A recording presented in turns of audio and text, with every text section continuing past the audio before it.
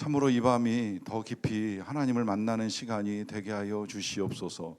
눈을 들어 주 예수 그리스도를 보게 하시고 귀를 열어 주님의 말씀을 듣게 하시며 마음을 열고 주님과 함께하는 밤이 되기를 간절히 원합니다. 예수님의 이름으로 기도하옵나이다.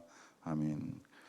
이 밤에 함께 나누실 하나님 말씀은 마가복음 8장 22절부터 26절까지 말씀입니다. 마가복음 8장 22절부터 26절까지 말씀입니다. 하나님의 말씀을 저와 여러분들이 한 절씩 교독하고 마지막 절은 다 같이 받들어 읽겠습니다.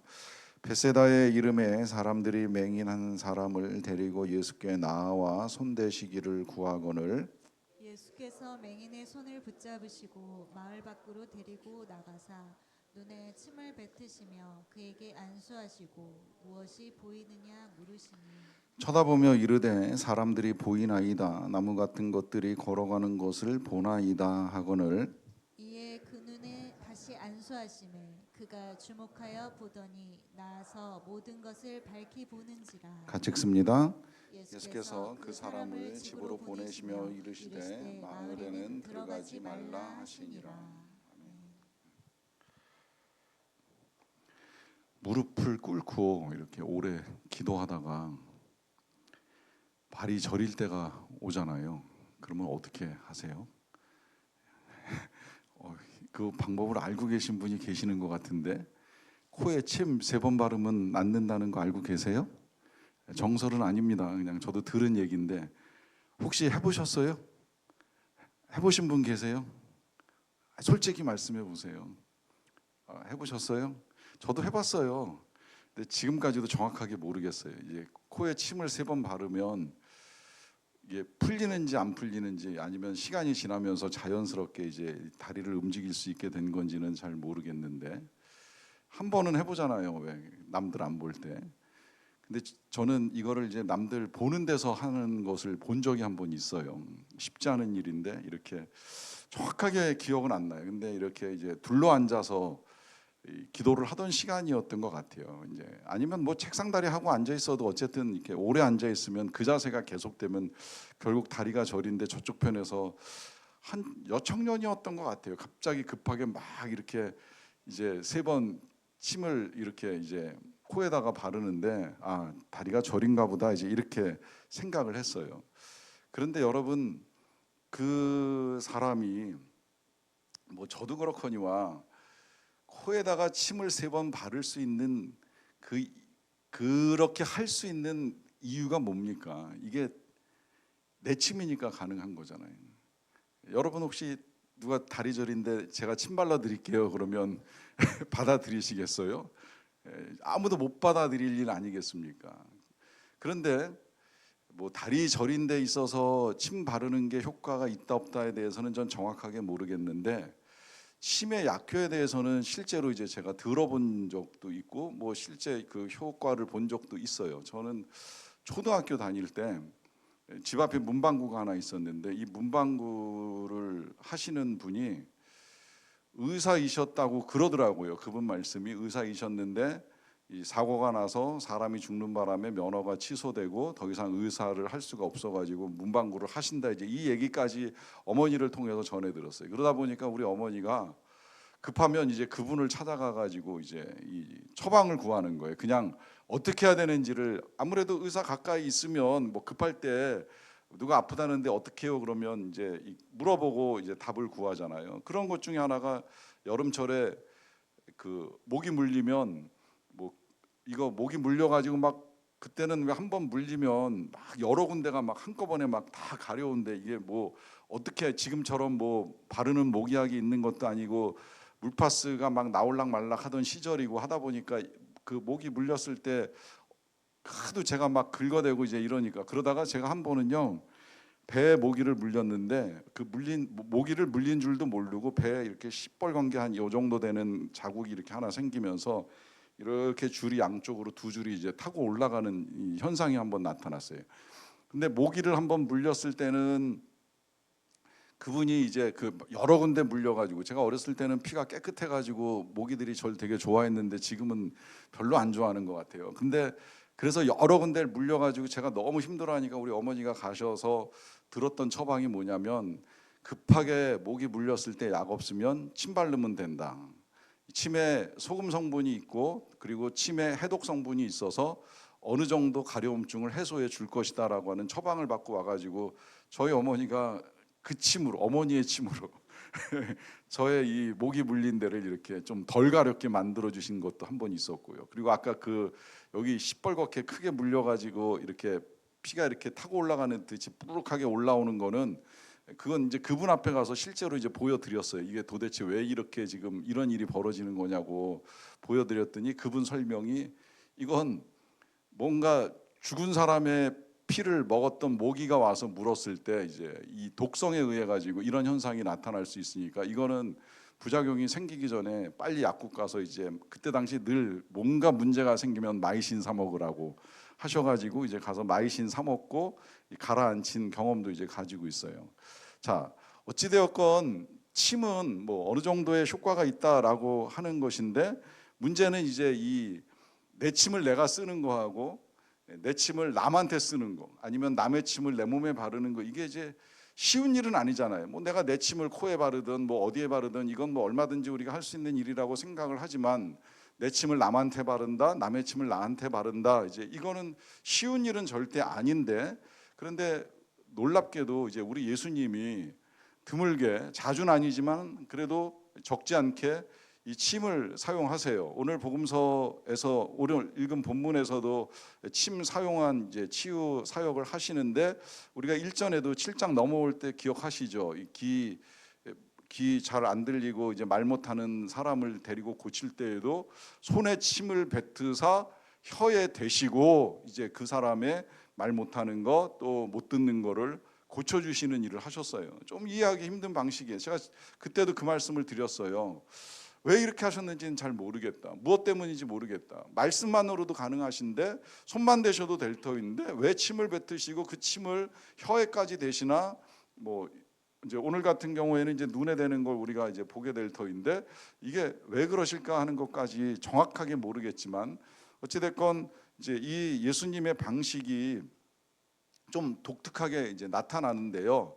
자, 왜 이런 사건이 진행되는가 하는 거 이제 하나하나 좀 살펴보도록 하겠습니다. 먼저 22절을 보시게 되면, 벳세다의 이름에 사람들이 맹인한 사람을 데리고 예수께 나와 손대시기를 구한다라고 하는 말씀으로 시작이 됩니다. 자, 맹인이라고 하면 이제 앞못 보는 사람이고요. 앞을 못 보다 보니까 뭐 혼자 움직이는 게 여의치 않았을 것 같아요. 그러다 보니까 이제 사람들이 예수님께 데리고 나왔어요. 이 데리고 나온다라고 하는 이것이 중요한 건, 누군가 못 볼 때, 본인의 힘으로 앞길을 열 수 없을 때, 본인의 힘으로 할 수 없을 때에 누군가의 도움이 필요하다라고 하는 것, 굉장히 중요한 일이죠. 더더군다나 지금 이 예수님을 만나는 건 이제 모처럼의 기회잖아요. 우리 예수님이 뭐 매일같이 베다니에 사시는 분도 아니고 늘 움직이면서 이제 사역을 하시는데, 그분이 벳세다에 오셨다라고 한다면 이건 이제 굉장히 좋은 기회인데, 이 기회를 놓칠세라 사람들이 그를 데리고 나옵니다. 이제 여기에 이 예수님을 만나게 하는 데 있어서 데리고 나오는 사람의 역할, 이게 참 굉장히 중요한 거죠. 늘 이제 해석되기는 이것이 이제 전도의 가장 중요한 이제 목적이다라고 이야기를 하잖아요. 데리고 나와야 된다라고 하는 거예요. 데리고 나오지 않고서 전도를 한다, 쉬운 일이 아니라는 겁니다. 이 종교개혁 시대에 존 녹스 목사님이 종교개혁 시대의 존 녹스 목사님을 다시 이제 그 해석한 이 마틴 로이드 존스 목사님의 존 녹스의 종교개혁이라고 하는 책을 보게 되면, 한 1950년대 60년대쯤에 이제 그분이 그 설교하면서 이제 책을 쓰신 거예요. 스코틀랜드 이제 종교개혁을 기념하면서 쓰신 책인데, 책을 쓰려고 한 게 아니라 실은 에딘버러 그 교회에 가가지고 기념 강연을 한 게 나중에 이제 책이 됐어요. 그 책에서 보면 그때 당시에 1950년대 60년대 이제 영국 에딘버러 스코틀랜드의 이야기를 하시는데, 우리는 그냥 친절하기만 하면 된다고 생각을 하는 거예요. 우리는 그냥 착하기만 하면 된다고 생각을 하는 거예요. 정작 사람들에게 예수님을 전하거나 예수님께로 데리고 나아오는 일은 하지 아니한 채, 우리가 친절하고 착하기만 하면 누군가 예수를 만날 것이다라고 생각을 한다는 거죠. 저는 그 생각을 그때도 하셨다는 사실이 되게 놀라워요. 그 생각은 지금 우리에게도 은연중에 이제 많이 퍼져 있어요. 그래서 우리가 누군가에게로 가서 친절하든지 착하든지만 하면 그 사람이 우리를 통해서 예수님을 만날 거야, 예수님을 찾을 거야, 예수님께로 나아올 거야라고 하는데, 착한 게 무용하다는 걸 말씀드리는 게 아니에요. 우리가 선하게 살아야 되지 살지 말란 이야기도 아니라는 거 아실 거예요. 저는 그리스도인의 이 품행에 대해서 굉장히 중요하게 생각을 해요. 그런데 우리가 아무리 선하게 살아도 우리의 입으로 예수 그리스도를 전하거나 누군가를 데리고 예수님께로 나오지 아니하면 그가 예수님을 만날 가능성은 굉장히 희박합니다. 물론 한두 사람을 통해서 내가 당신을 보니 당신이 믿는 예수님을 믿어야 되겠다라고 하는 말을 하는 경우가 있기는 하지만 드물죠. 그래서 예수님이 우리를 빛이라고 말씀하실 때에도 너희의 착한 행실을 보고 하나님께 영광을 돌릴 수 있다라고 말씀하셨지, 그것 때문에 나 예수 그리스도를 믿을 것이다라고 말씀하시지는 않으셨어요. 그러니까 기회가 닿으면 전해야 돼요. 기회가 닿으면 데리고 나와야 돼요. 아니, 어떤 면에선 더 정확하게는 때를 얻든지 못 얻든지 전할 수 있어야 되고 듣게 해야 되고 데리고 나와야 돼요. 데리고 나오니까 이제 역사가 나타나는 거예요. 오늘 이제 이 사건 굉장히 특별한 사건인데, 이 사건도 역시 이 사람들이 예수님께 나아왔다라고 하는 것이 중요한 거고요. 그 다음에 다시 22절 보시게 되면 데리고 나온 것이 아니라 손대시기를 구합니다. 손대시기를 구하였다라고 하는 건 예수님께서 이 사람을 만져주시기를 요청하는 거잖아요. 이 요청하는 것이 바로 기도 아니겠습니까? 그러니까 어떻게 보면 지금 이 맹인은 자신의 힘으로 한 거는 아무것도 없어요. 뭐 그냥 따라 나왔다면 그게 잘한 일이고 그 순종이 이제 눈을 뜨게 하는 역사를 일으켰다라고 볼 수 있는데, 그런 거 외에는 나머지는 다 주변 사람들이 데리고 나오고 손대달라고 요청하고, 이제 그래서 이제 예수님의 놀라운 이적이 나타나기 시작을 하는 거죠. 자, 그래서 이제 예수님이 어떻게 처방하시는가 하는 것이 23절 말씀인데요. 예수님께서 맹인의 손을 붙잡으시고 마을 밖으로 데리고 나가사 눈에 침을 뱉으시며 그에게 안수하시고 무엇이 보이느냐라고 질문을 하십니다. 자, 일단 손을 붙잡으셨어요. 아마 이제 앞을 못 보니까 이제 사람들로부터 예수님이 이제 넘겨 받으셔가지고 어쨌든 데리고 가셔야 되니까 이제 손을 붙잡으신 건 이제 틀림없는 사실이고요. 어찌되었건 볼 수 없으면 주님이 붙잡으십니다. 앞을 못 본다는 걸 주님도 알고 계시고 주님이 그 사람의 손을 붙잡으신다는 사실 잠깐 주목하고 일단 넘어가고요. 그리고 이제 그 사람을 데리고 마을 밖으로 나가셨어요. 마을 밖으로 나가셨다라고 하는 건 이번에도 예수님이 사람들을 피해서 한적한 곳에 가셔서 이제 이 사람을 고쳐주고자 하는 일을 하십니다. 이제 이 부분 왜 그럴까 생각을 해보면 그 뒤에 이어지는 예수님의 행동으로는 이제 눈에 침을 뱉으시는데, 이 눈에 침을 뱉으시는 예수님의 치유 방식을 여러분들은 어떻게 생각하세요? 사람들은 어떻게 생각했을까요? 당시의 사람들은 이 방식을 보면서 무슨 생각을 했을까요?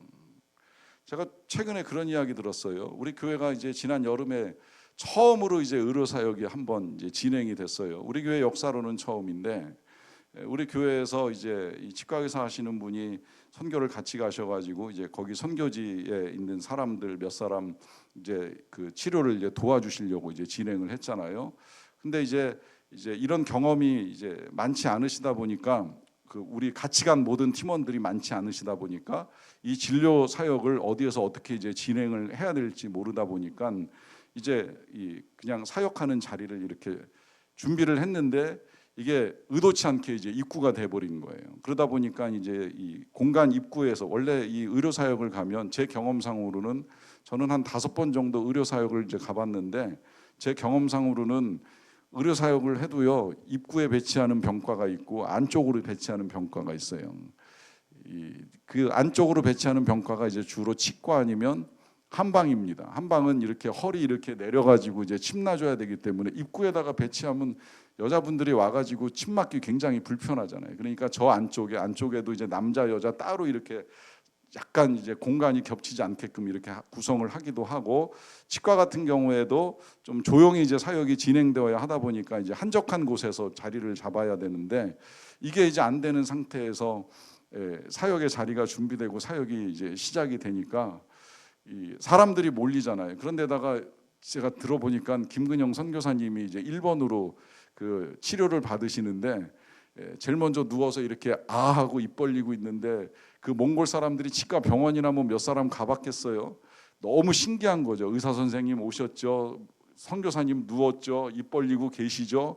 궁금하니까 다 모여가지고 이렇게 수십 명이 들여다보는데 얼마나 민망하시겠습니까? 근데 말도 못하고 그 치료받는 게 쉽지 않았을 거라 이런 생각이 이제 드는 거예요.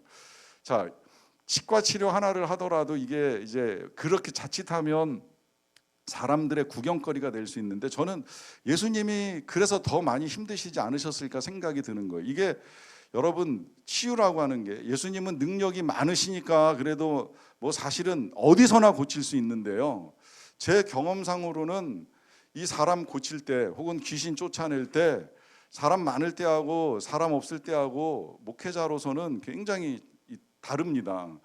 실제 남의 얘기로 하자면 문희곤 목사님, YM 대표하셨던 그 문희곤 목사님이 언젠가 그 얘기 하시잖아요. 왜 그 청년들 데리고서 이 남해안 지역 내려가서 막 전도 사역할 때 그 동네에 귀신 들린 젊은 자매 한 명을 누가 데리고 와서 귀신 쫓아내 달라고 하는데, 귀신을 쫓아내는 게 힘든 게 아니라 같이 온 청년들이 쳐다보고 있는 게 힘들더라는 거예요. 하나 못하나 어디 보자 이제 이러고서 쳐다보는 그 시선, 그게 힘들어요. 사실은 1대1로 만나면 할 수도 있고 못할 수도 있고, 내가 하는 것도 아니고 주님이 하셔야 되는 거고, 내 능력이 나갈 수도 있고 안 나갈 수도 있고, 주님이 주시면 하는 거고 아니면 못하는 거다 이렇게 생각하면 사실 크게 부담스러울 것도 없는데요, 수십 명 보는 자리에서 축사했을 때 반응이 기대만큼 나오지 않으면 이 목회자의 민망함 이루 말할 수 없는 거거든요. 그러니까 사람들이 쳐다보는 게 때로는 더 어려울 수 있는데, 물론 예수님이 그렇다고 사람들이 보는 게 무섭거나 혹은 두려워서 이 사람을 데리고 혼자 가셨다고 생각을 하지는 않아요. 그런데 방식 자체가 특이하잖아요. 사람들이 의아해할 거라고 생각이 드는 거예요. 왜 침을 뱉지? 왜 저렇게 더럽게 꼭 하셔야 되지? 말씀으로 하셔도 되지 않나? 손만 대셔도 되지 않나? 이렇게 생각할 수 있는 상황에 지금 예수님은 뜻밖의 방식으로 지금 이 사람의 치료를 진행하고 있다는 거예요. 자, 그걸 정확히 이해할 수는 없지만 그러나 한 가지는 분명합니다. 우리가 예수님의 방식 내지는 하나님의 방식을 다 이해한다? 불가능한 일이죠. 그런데 그 이해할 수 없는 방식에 하나님의 은혜가 있다는 거예요. 제가 최근에 깨닫는 것 중에 하나예요. 뭐냐면 우리 교회에서 수요일마다 중보 기도를 하는데 기도 제목을 볼 때마다 응답돼서 지워지는 게 있어요. 그런데 어떤 건 벌써 한 5, 6년째, 7, 8년째 기도를 하는데 안 지워지는 것도 있어요. 되게 답답했어요. 지금쯤이면 이제 뭔가 뭐 어떤 분은 이제 가족 중에 전도할 사람을 여러 명 이렇게 이제 이름을 올리신 분도 계시는데 기도할 때 어떤 땐 그런 생각도 들어요. 저 중에 한 명만이라도 좀 지워졌으면 좋겠다. 한 명만이라도 좀 전도가 됐으면 싶겠다. 이제 이런 마음이 들 정도로 기도가 오래되잖아요. 그래서 답답함을 느꼈던 적도 여러 번 있었는데 요새는 그게 되게 감사해요. 응답이 안 돼서 감사하다는 말씀을 드리는 게 아닙니다. 응답이 안 돼서 감사하다가 아니라 계속 기도할 수 있는 게 감사한 거예요. 만약에 이 기도가 1년하고 지워지고 2년하고 지워지고 3년하고 지워지고 하면서 응답의 역사가 나타났다라고 하면 이게 기도가 공식이 되잖아요. 그리고 우리는 그 공식 따라 살 거예요. 1년만 열심히 기도하고 해결나면 끝. 근데 이게 7년이 되고 8년이 되니까 계속 기도할 수 있고 기도의 자리에 나갈 수 있다라고 하는 게 너무 감사한 거예요. 기도를 하면서 하나님을 찾는 게 감사하고 주님과 함께하는 시간을 그렇게라도 가질 수 있는 게 감사한 거예요. 제가 이해할 수 없었던 하나님의 방법이었던 거예요. 저의 방법은, 저의 이해는 빨리 응답되면 무조건 좋다고만 생각했는데 오히려 응답이 안 되는 게 정말 감사하구나. 그래서 우리가 추수감사절 어간에 부르던 그 찬양, 응답하신 기도 감사, 거절하신 것 감사가 다시 한번 이제 확인이 되는 거예요. 거절하고 8년, 9년, 10년이라도 계속 기도할 수 있고 찾을 수 있고 매달릴 수 있다는 이 사실 자체가 굉장히 감사한 겁니다. 이걸 깨닫게 된 이유가 있었어요. 깨닫게 된 이유는 최근에 이제 우리가 새벽에는 또 사도행전 말씀을 읽어왔잖아요. 사도행전 말씀을 읽으면서 끝자락에 이렇게 오다 보니까 또 이해할 수 없는 사건들이 몇 개가 터지더라고요. 첫 번째 사건은 뭐냐면 사도 바울이 감옥에 가는 거예요. 계속 재판을 받잖아요. 그리고 재판을 받는데도 재판을 할 때마다 무죄가 확인이 돼요. 뭐 이게 예루살렘 법정에서도 무죄고 가이사라로 옮겨가지고서 재판을 해도 무죄고 거기에서 왕이 2번 바뀌어서도 무죄예요. 그러니까 오죽하면 벨릭스 왕이 그러잖아요. 네가 소송만 이거를 네가 항소만 안 했으면 너 지금 무죄로 풀려난다. 근데 네가 지금 항소를 했으니까 로마까지 가기는 간다. 왕도 인정한 무죄인데 바울이 항소하는 바람에 로마까지 끌려가게 되는데 문제는 이 세월이요. 그냥 뭐 한두 달이 아닌 거예요. 2년, 3년 지나가는 거예요. 어떤 땐 이 가이사라 감옥에서 아무 재판도 진행하지 않고 2년 넘게 세월이 흐릅니다. 왜 이렇게 시간을 보낼까 처음엔 좀 이해가 안 갔어요. 그런데 다시 보니까 하나님이 바울을 지키고 계신 거예요. 감옥 밖에 나가면 살 것 같은데 나가면 죽는 거예요. 감옥이 안식처예요. 감옥 속에서 하나님이 바울에게 안식년도 주시고 안전한 처소도 만들어 주신 거예요. 나가면 죽이려고 달려드는 사람이 40명이 예루살렘에서도 있었고 가이사라까지 쫓아오는 건 일도 아닌 사람들이었던 거예요. 그러다 보니까 잘 지키셨다가 로마까지 갈 수 있도록 하나님이 그를 보호하고 계셨던 게 감옥이었던 거예요. 감옥에서 나와가지고 배를 탔어요. 배를 탔는데 엄청난 풍랑에 배가 흔들리고 시청거리다가 끝내 이제 정박을 하잖아요. 자, 간신히 살아남았어요. 나중에 배가 부서질 대로 부서져가지고 배에 타고 있는 그 200 몇십 명이 이제 뭐 나무판에 의지하고 또 뭐 헤엄치고 뭐 이렇게 해가지고 이제 간신히 이제 육지에 도착을 했죠. 멜리데라고 하는 섬에. 자, 이 섬에 도착을 했는데 도착해가지고 추우니까 이제 불이라도 피워야지 그러고서 이제 나무를 다 가져다가 이제 불 피우는 작업을 하는데 이 나무에서 독사가 나와가지고 바울을 뭅니다. 여기까지만 보면 감옥에서 살아남았는데 독사에 물려 죽는다. 이거 멜리데 사람들이 한 말이에요. 그가 풍랑은 피했을지 모르지만 공의가 그를 죽이는도다라고 하면서 멜리데 사람들이 이젠 틀렸구나 이렇게 생각을 했어요. 바울도 그랬을지 몰라요. 그런데 독사한테 물렸는데 살아나잖아요. 살아나고 어떻게 됩니까? 그 사건 하나 때문에 그 섬에 많은 사람들이 예수님을 믿습니다. 심지어 교회도 세워져요. 갔다 오신 분의 얘기를 들어보면 거기 사도 바울 기념교회가 있다고 그러더라고요. 여기까지 이 하나님의 방식 어떻게 우리가 다 이해를 하겠어요? 감옥에 쳐놓고서 수년의 세월을 보내고 독사에 물려서 죽을 것 같은 고비를 넘기게 하시는 이 하나님의 계획을 우리가 이해하기 어렵죠. 그런데 끝내 그런 과정들을 통해서 로마로 보내시고 바울을 세우시고 복음을 전하게 하시는 거예요.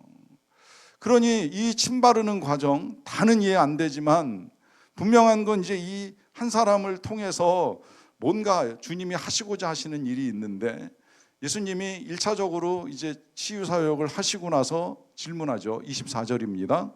쳐다보며 이르되 이 질문이 먼저 23절에서 있었군요. 그에게 안수하시고 무엇이 보이느냐라고 하는 질문을 하신 거예요.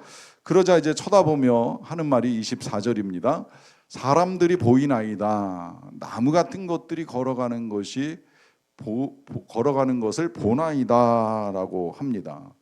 자, 사람들이 보인다고 말을 했지만 즉각 이 사람이 이제 조금 말을 바꿨어요. 나무 같은 것이 걸어간다. 그러니까 명확하게 사람이다 아니다 말을 할 수 없으니까 사람이라고 말해놓고 이게 맞나 틀리나 뭔가 희미한 가운데 나무같이 생긴 것들이 걸어간다라고 하는데 뭐 희미하게 보이면 사람이 나무로 보일 수도 있고 나무가 사람처럼 보일 수도 있으니까 그렇게 말한 것이라고 이제 여겨집니다.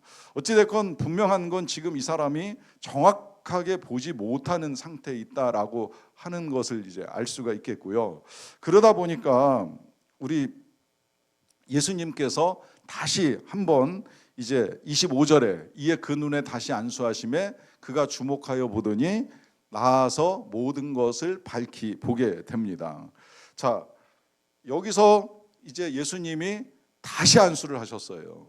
그러자 이제 그가 모든 것을 밝히 보게 되었습니다. 그러니까 앞에 사람 같은 것이 사람이 보입니다라든지 아니면 나무 같은 것이 움직이는 것이 보입니다라고 하는 건 불명확하게 봤다라고 하는 것이 분명하지요. 그리고 이제 다시 안수하시고 나니까 이제 모든 것을 밝히 보게 되었다라고 하는 말씀입니다. 자, 여기에서 이제 이 사람도 어쩌면 우리들도 이제 똑같은 의문이 생기는 거예요. 아, 왜 예수님께서 한 번에 고쳐주지 아니하시고 한 번 안수하고 희미하게 눈뜨게 하신 다음에 또 다시 안수하시고 그 다음에야 왜 밝히 보게 하시는가라고 하는 이제 의문을 갖게 만들죠. 자, 일단 그런 의문을 가진 상태에서 마지막 절을 보고 나서 한번 정리를 할게요. 자, 26절입니다. 26절을 보시게 되면 예수께서 그 사람을 집으로 보내시며 이르시되 마을에는 들어가지 말라 하십니다. 그러니까 이제 이 사람이 눈이 이제 완전히 밝아진 다음에 그 다음에는 이제 그냥 집으로 보내셨어요. 마을에 들어가지 말라 그러셨어요. 아마 이 마을에 들어가지 말라라고 말씀하시는 건 이전에 이제 그 못 듣고 말 못하는 사람에게 했던 말씀하고 뭐 크게 다를 게 없어요. 자, 이렇게 말씀하시는 이유가 뭐겠습니까? 이렇게 말씀하시는 이유 그때도 말씀드렸지만 지금 사람들이 예수님을 만나면서 가장 크게 오해하고 있는 것이 퍼져나가는 걸 예수님은 원하지 않으시는 거예요. 그 오해라고 하는 것이 뭡니까? 예수님이 잘 고치신다더라 라고 하는 오해예요. 물론 틀린 말은 아니에요. 예수님 잘 고치셨어요. 정말 많이 고치셨어요. 아니 오히려 지난번에 그 못 듣고 못 말하는 사람을 고치시고 난 다음에는 사람들이 다 잘하였도다 칭찬을 했어요. 이미 소문이 다 퍼졌고 들은 사람들은 아 진짜 잘하신다 잘 고치신다 하는 말을 할 정도의 인정을 했어요. 그런데 예수님은 왜 그 인정을 거부하실까요? 왜 사람들이 그렇게 말하는 걸 원치 않으시고 이 사람 고치자마자 집으로 가라고 명령을 하실까요? 여러분 이유가 있습니다. 오늘 이게 지금 이제 이 본문이 위치하고 있는 이유이기도 하고 이 사건이 오늘 우리에게 보여주는 이유이기도 한데요. 이 기적은 사실 명확하게 표현을 하자 그러면 기적이 아니라 표적입니다. 표적. 여러분 기적과 표적의 차이를 아시죠? 이거 바리새인들이 표적을 구할 때에 제가 잠깐 말씀을 드렸어요. 표적은 기적이긴 하지만 뭔가 의미가 있고 상징이 있는 걸 표적이라고 말씀을 드렸습니다. 그러니까 바리새인들이 그걸 보여달라고 이제 요청하는 게 이 사건의 이제 시작점이라고 해도 틀리지 않는데요. 예수님에게 와서 하늘로부터 온 표적을 자꾸 구하잖아요. 당신이 하나님의 아들이신 증거가 뭐냐 구하는 거예요. 근데 예수님은 표적 너희들에게 보여줄 표적 없다. 악하고 음란한 세대가 표적을 구하지 뭐 요나의 표적 말고는 아무것도 보여줄 것이 없다. 이제 이렇게 말씀하시면서 거절을 하셨죠. 그런데 말씀은 그렇게 하셨는데 요 사건이 실은 표적입니다. 자, 왜 표적이 되느냐? 표적은 지금 말씀드렸어요. 의미와 상징이 들어 있어야 된다고. 자, 기적인 건 틀림이 없지만 여기 지금 이 사건이 들어있는 의미와 상징은 무엇이겠습니까? 그 의미와 상징은 요 사건이 자리 잡고 있는 위치를 잘 보셔야 돼요. 제가 마가복음 이렇게 같이 여러분들하고 읽어오다가 중간에 그런 말씀 한번 드린 적이 있는데 마가의 서술 방식 중에 하나는 중간에 끼워 넣기입니다. 사건과 사건 사이에 또 다른 사건을 끼워 넣는 거예요. 그 사건 중에 하나, 가장 대표적으로 회당장 야이로의 딸을 고쳐주러 가는 길에 끼워 넣은 사건이 뭐예요? 12의 혈루증 앓는 그 아이의 사건이잖아요. 그래서 한참 막 길 가셔야 되는데 그 여인을 고쳐주느라고 이제 여인하고 만나서 대화 한참 하다가 아이는 죽고, 나중에 이제 다시 그 아이의 집에 가가지고 그 아이를 살려주는 사건이 있는데, 그래서 12의 혈루증 앓던 여인과 12살 먹은 이 아이의 사건을 대비시키는 이 마가의 서술 방식의 이제 독특함을 가지고 여러분들에게 말씀을 드렸는데, 오늘 이 사건이 놓여 있는 위치를 잘 보시게 되면 요 앞에 있었던 사건들, 좀 전에 말씀드린 그 바리새인들이 와서 표적을 구하는 사건이 있었고요. 그러고 난 다음에 무슨 사건이 있어요? 요 전 시간에 제가 여러분들하고 함께 나눈 사건은 배를 타고 가면서 이제 떡 가지고 왔느냐 안 왔느냐 하는 거 가지고 이 예수님과 제자들이 이제 대화하는 사건이 있었죠. 그때 예수님이 하신 말씀이 뭐예요? 너희들 왜 아직도 알지 못하느냐? 왜 보지 못하느냐라고 하는 말씀을 하시잖아요. 지금 예수님 하시는 말씀은 떡 얘기가 아닌데, 누룩이라는 단어 하나 꺼냈다고 떡 생각해가지고 떡 안 챙긴 것 때문에 지금 우리 잘못한 거 아니야? 막 이런 생각하는 그 제자들의 당황스러움 기억나시죠? 이 이야기가 무슨 이야기예요? 사건의 맥락을 못 짚고 있다는 거예요. 지금 예수님이 하시는 말씀을 정확하게 모르고 있다는 거예요. 좀 더 정확하게는 예수님이 누구신지를 모르고 있는 거예요. 바리새인들만 모르고 있는 것이 아니라 제자들도 정확하게 모르고 있는 거예요. 예수님을 모르니까 예수님이 뭘 말씀하시는지도 모르고 있는 거예요. 그러고 나서 이 사건이 지나고 나면 예수님이 이제 아예 대놓고 물어보십니다. 사람들이 나를 누구라고 하느냐? 그리고 너희들은 나를 누구라고 하느냐라고 하는 질문을 하시잖아요. 그때 베드로가 멋있게 대답을 하죠. 주는 그리스도이시니이다라고 하는 대답이 이제 곧 보실 터인데, 근데 이 대답까지는 좋았지만 그 다음에 이제 예수님이 뭐 어떻게 하실 거다라고 말씀하시니까 그러시면 안 됩니다라고 말리는 사건 아시죠? 그 사건, 그 말리는 게 칭찬받을 것 같았는데 예수님에게 책망을 받아요. 왜 책망을 받느냐? 예수님을 모르니까 책망을 받는 거예요. 예수님을 몰라서. 그러니까 아는 것 같지만 모르고 있었다는 거죠. 보이는 것 같지만 못 보고 있었던 거예요. 그 중간에 마가가 지금 이 사건을 끼워 넣습니다. 왜 끼워 넣겠습니까? 단순히 한 사람이 앞을 볼 수 없다가 단계별로 고쳐지는 이 기적이 특별해서가 아닙니다. 이 앞 못 보는 사람의 모습이 제자들의 모습일 수 있고 우리들의 모습일 수 있다는 거예요. 아는 것 같은데 모를 수도 있고, 보는 것 같은데 못 볼 수도 있다는 거예요. 여러분, 예수님을 어떻게 보시고 어떻게 이해하고 계십니까? 예수님의 무엇을 보시고 무엇을 원하고 계십니까? 예수님이 우리에게 능력을 베풀어 주실 것이라고 기대하고 계십니까? 물론 잘 보고 계시는 거예요. 그렇게 보셔야 돼요. 무한한 능력을 가지신 하나님의 아들이시니까요. 그런데 그 이상을 보셔야 돼요. 이 예수님을 쫓아다니면서 구경했던 당시에 갈릴리 사람들처럼만 보시면 안 됩니다. 바리새인처럼 보는 건 더 안 될 일이고요.